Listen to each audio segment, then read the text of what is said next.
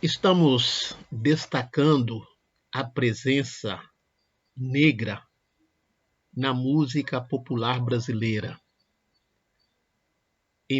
Enfatizamos bastante a temática do samba, em virtude de termos celebrado no dia 2 de dezembro próximo passado o Dia Nacional do Samba. Hoje vamos falar de dois outros músicos, compositores de renome nacional e internacional, infelizmente ambos já falecidos. Juvenal de Holanda Vasconcelos, conhecido popularmente como Naná Vasconcelos, e Francisco José Itamar de Assunção, conhecido como Itamar Assunção.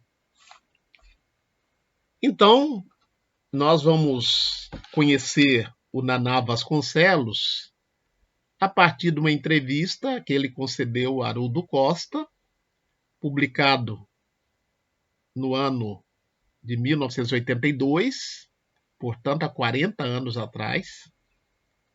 Na época da entrevista, Naná tinha 37 anos de idade.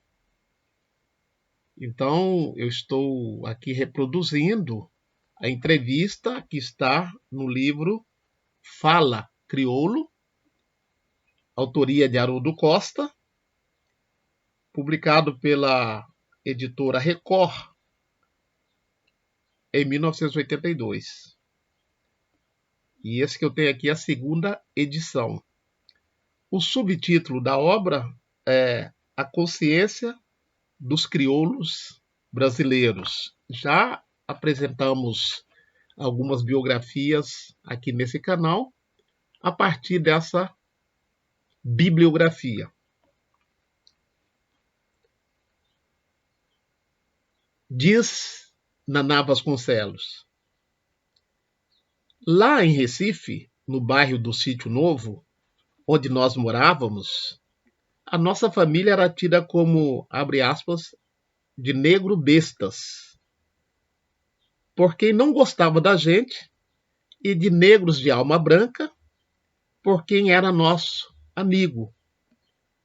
Desde bem menino que eu fui acostumado a ouvir. Dois pontos. Esse menino é calmo, educado, é um negrinho de alma branca. Um dia eu cheguei e perguntei para meu pai por que essa de alma branca. E ele me respondeu: meu filho, educação aqui é sinônimo de branco. Quem vai para a escola é tido como branco. Negro que não faz molecagem na rua, que tem educação, que sabe entrar e sair, é tido como branco. Porque normalmente a imagem que as pessoas têm do negro é o moleque de rua, o ladrão, o que fica pelas ruas jogando bola ou traficando na feira. Para este é o negro, abre aspas, autêntico. Meu pai era uma pessoa muito espiritual, kardecista, uma pessoa de uma intelectualidade muito grande, sempre primou pelo nosso equilíbrio educacional, por nossa cultura, nos dando a consciência de que, por sermos negros, teríamos que lutar muito contra as barreiras que iríamos encontrar. Aqui eu vou fazer um parênteses para dizer que o pai do Naná Vasconcelos não foi o único a pensar assim. A geração dos nossos pais que não tiveram oportunidade da escolarização formal apostaram que o nosso sucesso viria pela educação. Por isso que desde a década de 30, as organizações dos movimentos negros, os clubes, as sociedades, as agremiações, insistiram, apostaram na educação como possibilidade de ascensão social. Podemos lembrar aqui a Frente Negra Brasileira, que na década de 30 criou escola priorizando a população negra que não tinha acesso à escolaridade formal. Mas antes disso, os clubes recreativos, as associações de auxílio mútuo, com suas bibliotecas e com seus incentivos ao teatro, à música, como possibilidade de ascensão da população negra, historicamente excluída da educação formal. Então, quando vem a lei de cotas, a lei 10.639, implementada pelo governo do período de 2003 a 2016, é em decorrência dessas demandas que já vêm de longe. Fecha o parênteses. Continuemos então a ouvir Naná Vasconcelos na entrevista concedida a Haroldo Costa. Continua o Naná, dizendo do pai dele, explicando as terminologias negro de alma branca, né? E outras. Para você ser respeitado, meu filho, vai ter que estudar muito, porque vai ser difícil para você. Você é diferente.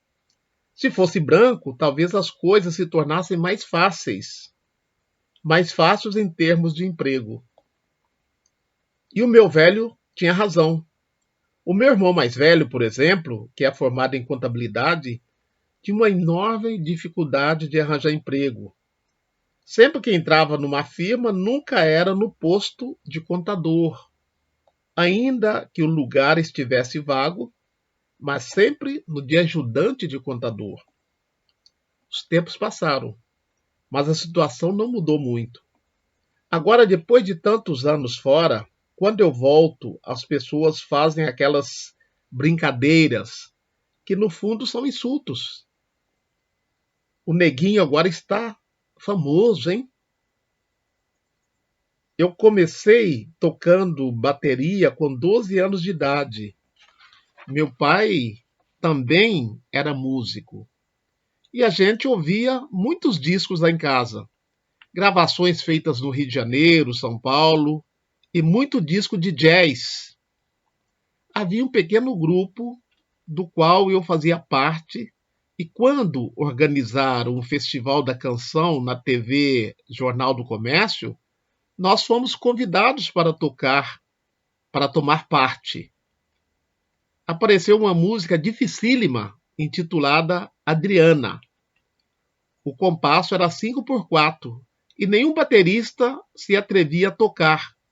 E eu consegui.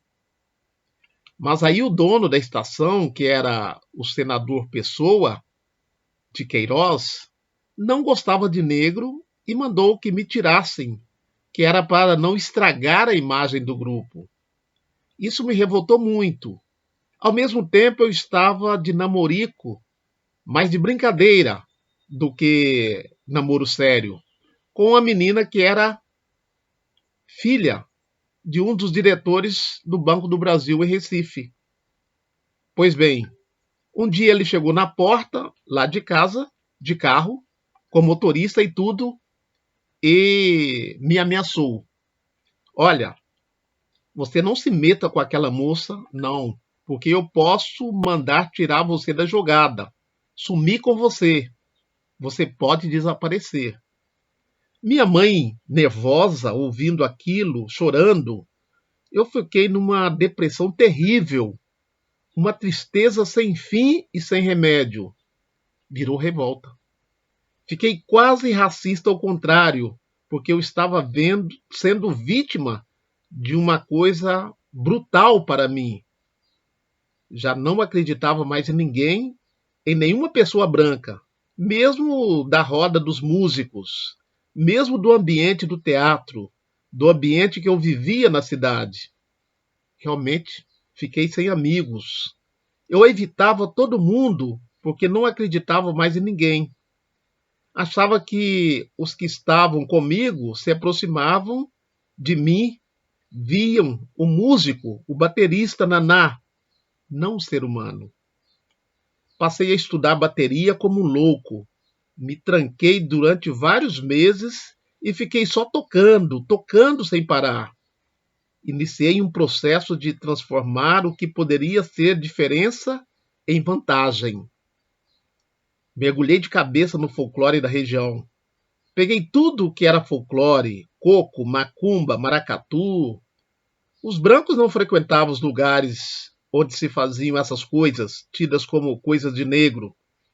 E eu fui me enfronhando cada vez mais, passando tudo para a bateria. Chateado, magoado, cheguei à conclusão que Recife não era mais para mim. Resolvi então viajar para o Rio de Janeiro. Eu tinha meus 17 anos.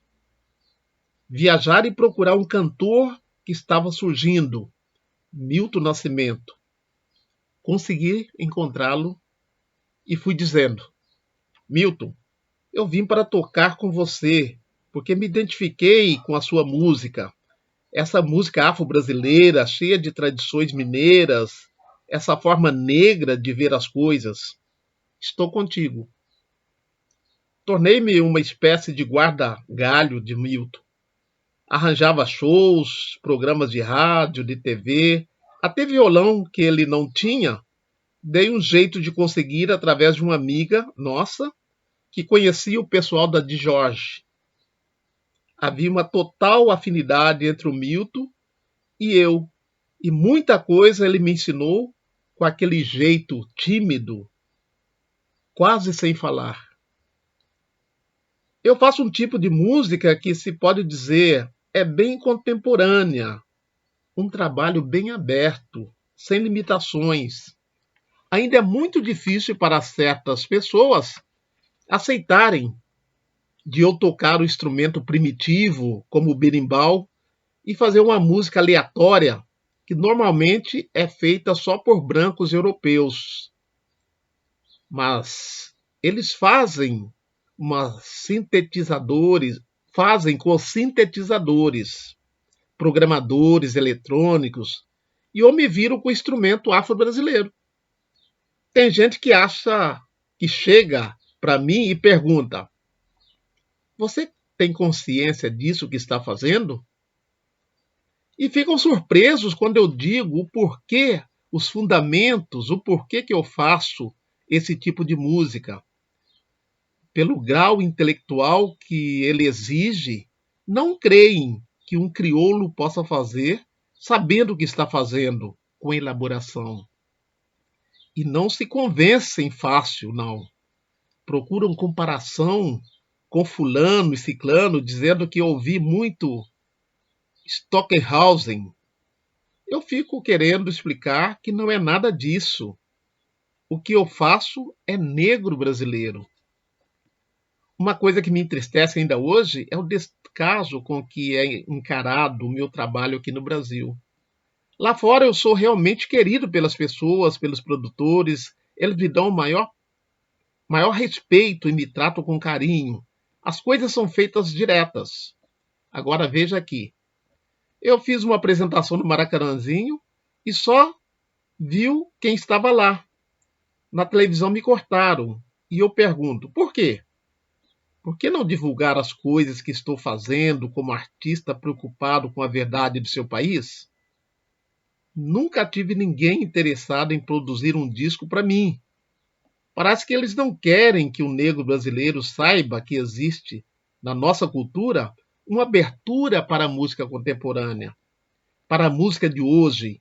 Querem que o negro fique sempre tocando aquilo que eles acham que é folclore. Atualmente, eu vivo em Nova York, onde o negro tem realmente a sua posição, respeito e independência. O problema lá é muito diferente porque o negro lá tem cultura, tem consciência de que é negro, lutou para isso, lutou por isso e hoje as coisas estão muito bem definidas. No Brasil há uma enorme diferença porque as coisas não são as claras. O racismo aqui é por baixo do pano. Quer dizer, é muito mais fácil as pessoas chegarem para mim, oferecerem mordomias e, com isso, me comprarem, do que me respeitarem, sentar-se e me perguntar o que eu quero. O meu primeiro disco, por exemplo, eu fiz na França e dei o nome de África a Deus. Quando eu trouxe aqui, em 72, tive as maiores dificuldades para conseguir uma edição brasileira. Deu a maior polêmica. O André Midani, que na ocasião estava na Fonogram, me disse que aquele não podia até fazer outro. Aquele não, podia até fazer outro, mas que aquele não dava pé. E o título era a questão. Chegaram a preparar um novo roteiro e tal, mas não consegui nada. Tive que colocar o nome de Amazonas. Por sinal, esse é o único dos 7 discos que eu gravei em toda a minha carreira e foi publicado no Brasil. E mesmo assim está fora de catálogo. Ninguém encontra para comprar. Não há nenhum exagero em dizer que eu sou boicotado na minha terra. Inventam que eu, músico de classe A, quando na verdade eu transmito no berimbau as ansiedades, as lutas, as agonias, as alegrias de minha gente. E quando digo gente brasileira. Se a minha música foi para a rua, se o negro ver, se a minha música for para a rua, se o negro ver que eu peguei um instrumento afro-brasileiro e recriei a sua linguagem, a partir desse momento os ritmistas vão pegar o pandeiro e estudar todas as suas possibilidades. O mesmo farão com a cuíca e o atabaque, por exemplo. Vão se interessar, vão tomar consciência do que é a cultura musical brasileira, que não é toda africana, é claro, e é mista, mas a maior parte veio de lá. Por isso eu fiz um disco chamado Zumbi, que é o grito da minha própria consciência. Recentemente, gravei um disco que tem o título de Saudade. E sabe quem acompanha? A Orquestra Sinfônica de Stuttgart. Duvido que você encontre fácil uma loja qualquer aqui, em alguma loja qualquer aqui. Mais uma vez vou passar desapercebido. Eu que vendo 50 mil discos nos Estados Unidos, 250 mil no Japão, e que já recebi a cotação de 5 estrelas, dada pela crítica mais exigente das revistas especializadas de maior reputação.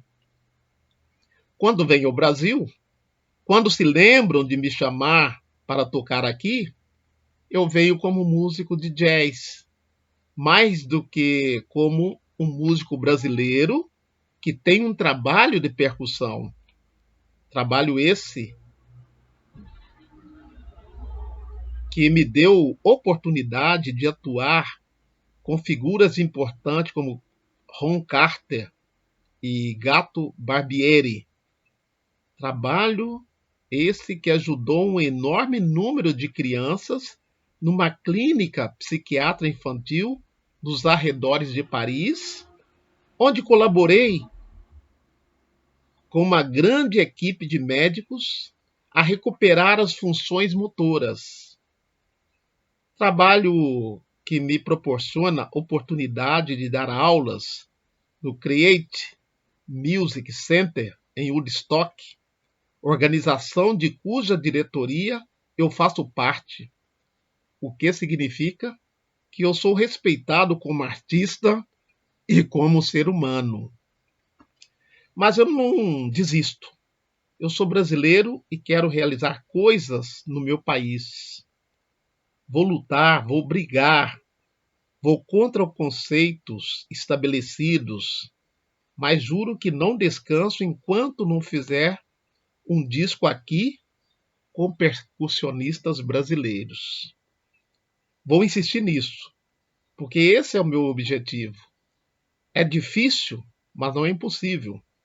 Não vou deixar que boicotem minha música. O que falta ao negro brasileiro é cultura. O negro tem que ler, tem que tomar conhecimento de uma série de coisas. Então vai saber que não é obrigado a conviver com humilhação. A mim ninguém humilha mais. Eu não baixo a cabeça. O negro precisa acabar com isso. E o que acaba com isso é a cultura, é a consciência do valor que cada um tem como pessoa acima de tudo. É preciso que o negro saiba direto quem somos, quem são os nossos heróis. Enfim, o negro precisa escrever sobre o negro e ser lido. Lido por todos, independente da cor, porque nessa matéria todos temos muito a aprender. Então, esse depoimento emocionante de Naná Vasconcelos nos faz lembrar o lugar da percussão na música brasileira. Muitas vezes, como ele disse, vista como folclore. Quer dizer, essa perspectiva de folclorizar a música negra brasileira é uma forma de dizer que ela é menos elaborada, menos intelectualizada. É um preconceito. Eu me lembro de que quando Gilberto Gil foi ministro da Cultura, ele bateu nessa tecla. Ele disse que não iria considerar a cultura popular no Brasil como folclore. Que o que se faz nas esquinas, nos becos, complemento a frase dele, o que se faz na cultura, nos becos, nas ruas, é cultura sim. Chamar a cultura popular de folclore é uma tentativa, é uma perspectiva de desqualificá-la, hierarquizar a música produzida pelo piano e a música produzida pelo berimbau. Então essa foi a lição, né, que eu tirei ao ler essa entrevista emocionante de Naná Vasconcelos, que antes de falecer recebeu o título de doutor honoris causa da Universidade Federal de Pernambuco. E nós tivemos a grata satisfação de estarmos lá. Africanidades conectadas. Na próxima postagem falaremos de Itamar Assunção.